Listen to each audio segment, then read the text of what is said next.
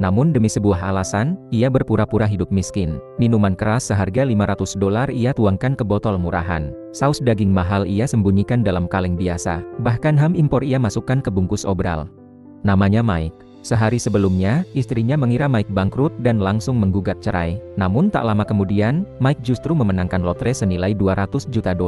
Ia kembali menjadi miliuner, tapi harus hidup seolah-olah tak punya apa-apa. Penasihat keuangannya mengingatkan, jika ingin mempertahankan hartanya, ia harus terus menyamar sebagai orang miskin. Godaan untuk membelanjakan uang itu sangatlah besar. Suatu hari, Mike diam-diam pergi ke mall. Ia membeli pakaian Armani dan jam tangan Rolex. Namun ketika hampir ketahuan oleh kenalan lama, ia buru-buru masuk ke sebuah toko dan meminta penjaga agar tak ada yang masuk. Untungnya, penjaga itu paham dan membantunya. Sesampainya di rumah, Mike kembali menyembunyikan barang-barang mewahnya. Botol mahal dituangkan lagi ke botol murahan, dan makanan premium ia masukkan ke kemasan murah.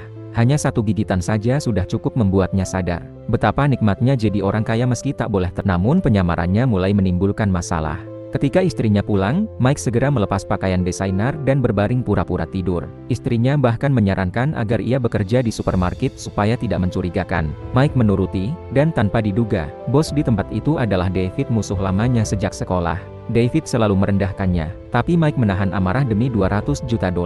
Siang hari ia bekerja seperti orang miskin. Malam hari ia menikmati hidup mewah di hotel bintang 5. Namun lama-lama, kehidupan ganda itu terasa melelahkan. Suatu hari keluarga mertuanya datang berkunjung. Istrinya menghidangkan anggur murahan yang sebenarnya minuman mahal. Mike panik, tapi ayah mertuanya meminumnya dan memuji rasanya luar biasa. Istrinya bahkan menghadiahkan beberapa botol untuk sang ayah.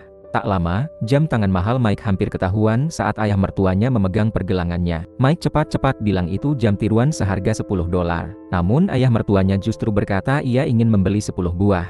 Masalah semakin runyam ketika ponsel mewah Mike tiba-tiba berbunyi. Semua orang terkejut dan bertanya ponsel siapa itu. Mike kebingungan, rahasianya hampir terbongkar. Dalam kepanikan, ia akhirnya mengalihkan perhatian dengan mengungkap masalah perceraian yang selama ini ia sembunyikan. Semua fokus beralih pada topik itu, dan rahasia besar Mike terselamatkan sekali lagi.